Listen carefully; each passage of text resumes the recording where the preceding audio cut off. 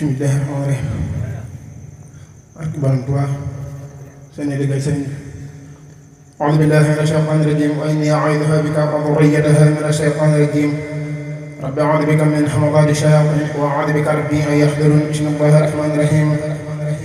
Allaahumma bi aqdillaahi ta'aalaa al-kariim salli wa sallim wa baarik alaa sayyidinaa wa mawlaanaa Muhammadin wa aalihi wa sahbihi wa taqabbal minnii liwajhika al-kariim qawlii taa'iban ilayka astaghfirullaaha bihi أستغفر الله العظيم وأتوب إليه من ظاهر ومن غيوب. أستغفر الله العظيم وأتوب إليه من ظاهر ومن غيوب. سألته بحق وجه الله مغفرة من جملة المناهي تبت له من جملة الشغائر مع الكبائر ومن دمائره.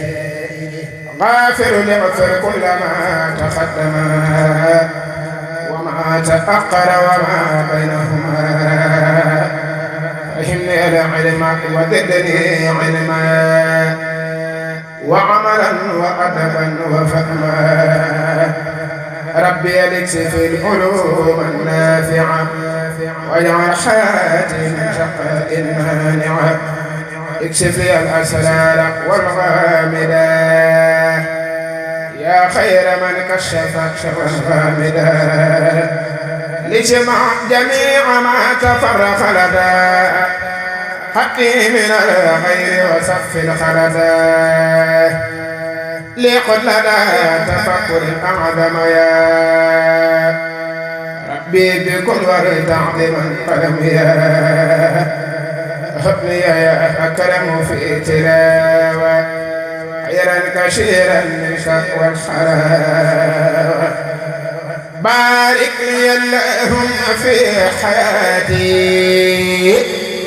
واجعل فؤادي وتم الآيات. هب لي كشر كل من يتوب ولطاهر أبد معروف.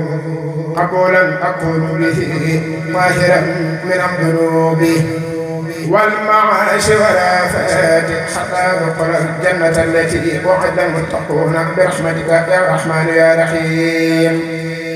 بسم الله الرحمن الرحيم.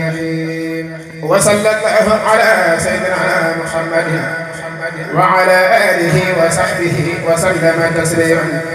وجعل هذه القصيدة أكبر رقاه وعلى سروره صلى الله تعالى عليه وسلم وماحية لكل ما مر علي من المكاره الدنية والآفات والأكدار. آمين يا رب العالمين. عوضني ربي شكر النعم ولم يزل بنافع ومنعم. نفعني بنعم لا تفنى من لي شاء عمري نفى ما خفنا.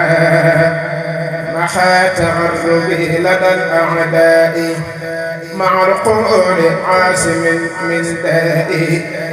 له شكري على الأوطان بلا تحاسد ولا شيطان.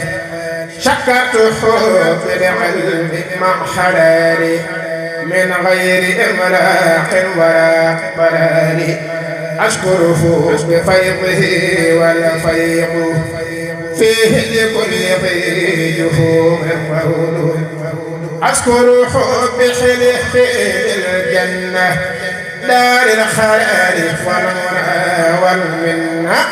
يقول في الحال في رباحا بلا حساب للورى الصباحا. ينيل للرحمن والرحيم ما لي به سفري الترحيم. محى العليم والبشير عيبي وقال لله فقد غيبي. سألته بعد انتهاء شيري إليه بالماء دوام الخير. يا رب أودعني شكر النعم يا خير نافع وخير منعم.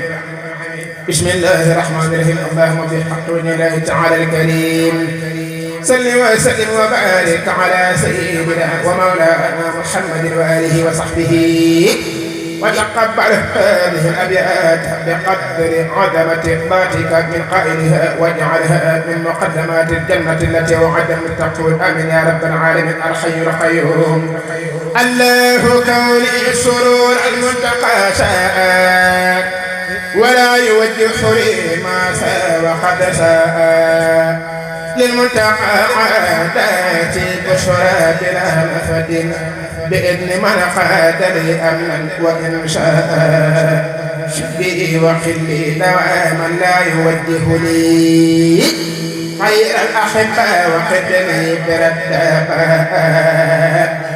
يقاد الله بالمختار من حملنا بها أبشر في الدارين آباء يقود للمنتقى بالله من حمرا ليست تلاقي أمن لم تلح إنها أشري على خير باغ إن أمد يدي له جدي بعبري آمنها أشري على خير باغ إن أمد يدي له يجبني بعبري آمنها للنور كل قليلا قد يوسر لي ما لا ينال بليغ معنى أوراء قاد الحبيب رسول الله لي أمري قد قاد لي من حمالي قاد حوراء يدي وقلبي وروحي لا ذمت بدني